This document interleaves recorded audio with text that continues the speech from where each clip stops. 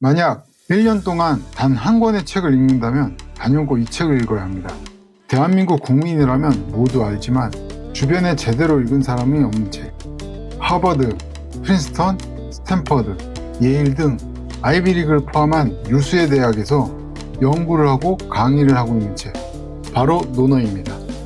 오늘 우리는 왜 이 오래된 고전이 26년 우리에게 절실한지 이야기해보려 합니다. 안녕하세요, 마이너입니다. 인공지능과 자율주행이 일상화된 급변하는 시대를 살고 있습니다. 기술의 속도가 인간의 상상을 앞지르는 이 시기, 가장 고단한 사람들이 소위 흰 세대라고 불리는 4050 세대입니다. 통계에 따르면 17년부터 23년까지 발생한 고독사 사망자 중에 약 75%가 40대에서 60대 사이에 발생되었고, 그 중에 50대가 약 30%로 가장 많았다고 합니다. 위로는 부모를 부양하고 아래로는 자녀의 자립을 뒷받침하며 정작 자신의 노후는 설계하지 못한 채 직장에서의 퇴직을 강요받고 있는 현실입니다. 남은 미래를 잘 설계하기 위해서 불안함과 우울감 같은 부정적인 심리 상태들을 스스로 극복하려는 노력이 필요한데요. 현재와 비슷한 역사 속에서 그 사례를 찾아보고 고민해보는 것도 하나의 방법이 될 수 있을 겁니다. 그럼 그런 역사적 시기가 있었을까요? 네, 있었습니다. 바로 중국의 춘추시대입니다. 춘추시대는 기원전 770년부터 403년까지를 일컫는데요.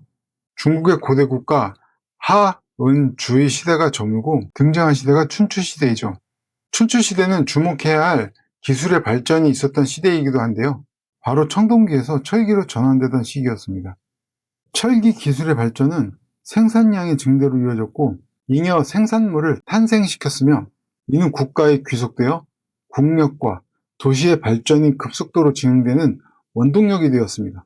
당시 복문제로 유지되던 주나라에서는 철기 기술의 발전으로 농업 생산성이 월등히 개선되면서 제후국들의 국력이 강성해지는 시기였던 것이죠. 하지만 이 시기에 주나라 왕실은 서쪽 이민족의 침략으로부터 피하기 위해 낙양으로 천도를 감행합니다. 이 일로 왕실의 권위가 떨어지게 되었고요. 강성해진 지방 제후국들이 본격적인 세력 다툼에 뛰어들면서 춘추시대의 서막을 여는 계기가 되었습니다. 이런 시대에도 인, 의, 예, 지, 신을 배우고 익히며 실천해야 한다는 위대한 사상가 공자가 있었습니다. 공자도 40에는 미혹에 흔들리지 않았다고 하였고 50에는 하늘이 준 자신의 소명을 알았다고 했습니다. 자기 성찰의 시간이 40대부터 50대였던 것이죠. 정작 논어를 읽은 사람은 드뭅니다. 공자가 왜 이런 말을 했는지 맥락적 이해가 어렵기 때문인데요. 읽다 보면 뜬구름 같은 이야기가 되어버리기 일쑤입니다. 논어는 학자들이 탁상 공론에서 비롯된 사상이 아닙니다. 공자가 상갓집 개의 신세가 되기도 하고 집나라와 채나라 사이에서 굶어 죽을 뻔하기도 했으며 송나라에서는 권력자의 살해 위협도 있었습니다. 현실적 고초를 겪으며 이룩한 실천적 학문인 것이죠. 그래서 문장들이 제각각의 이야기들을 품고 있습니다.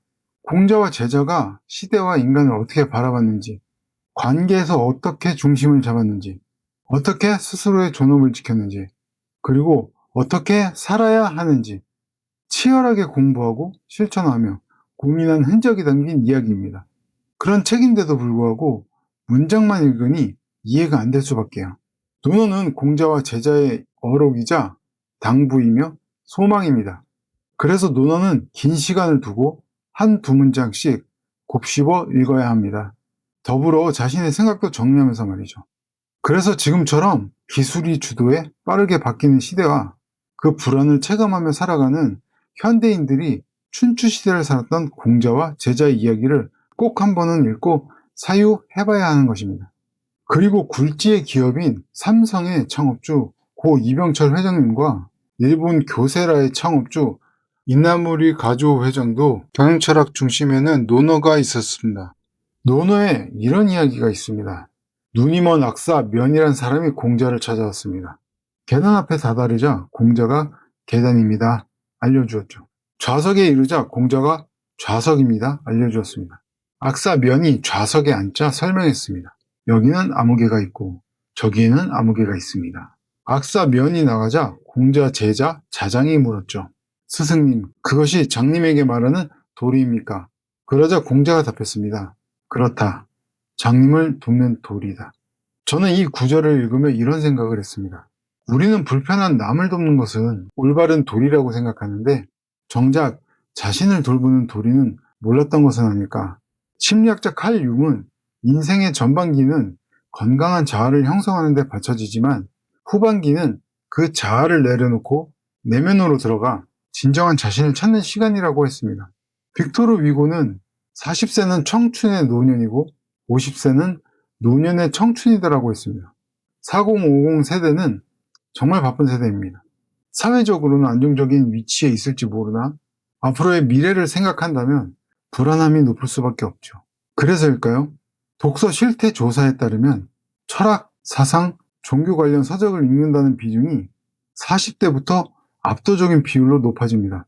논어는 불안한 마음을 다잡고 스스로 성찰하며 인생 후반을 고민하고 계획을 실천하는 데에는 최적의 책인 것이죠. 밀레니엄 버그를 기억하실 겁니다. 당시 사회의 분위기는 세기말이었습니다. 컴퓨터가 연도 인식에 버그를 일으키면서 사회 전산 시스템의 오작용으로 마비가 된다. 거기에 더해 노스트라다무스의 예언으로 지구가 멸망한다는 분위기까지 사회 곳곳으로 퍼졌죠. 그로부터 2년 뒤 우리는 월드컵 4강에 진출하는 쾌거를 이룹니다. 기술 발전의 속도는 걷잡을 수 없이 빠르고 광범위하게 바뀌고 있어 따라가기에 너무나 벅찹니다. 모든 것을 따라갈 수는 없습니다. 나에게 집중하고 나에게 필요한 것들이 무엇인지 찾고 배워가며 이후의 삶을 기획해야 합니다. 갈등과 대립으로 점철되던 춘추시대에서 인본주의를 강론하던 공자와 그의 제자들의 말은 혼란스러운 시대를 살아가는 우리들에게 어쩌면 중요한 것은 시대를 따라가는 것이 아니라 나를 붙잡고 들여다보고 나아갈 바를 향해 나아가는 것이라고 얘기해 주는 것 같습니다. 오늘 영상은 여기까지입니다. 도움이 되셨다면 좋아요와 구독 부탁드리고 다음에 더 좋은 영상으로 찾아뵙겠습니다. 지금까지 시청해 주셔서 감사합니다.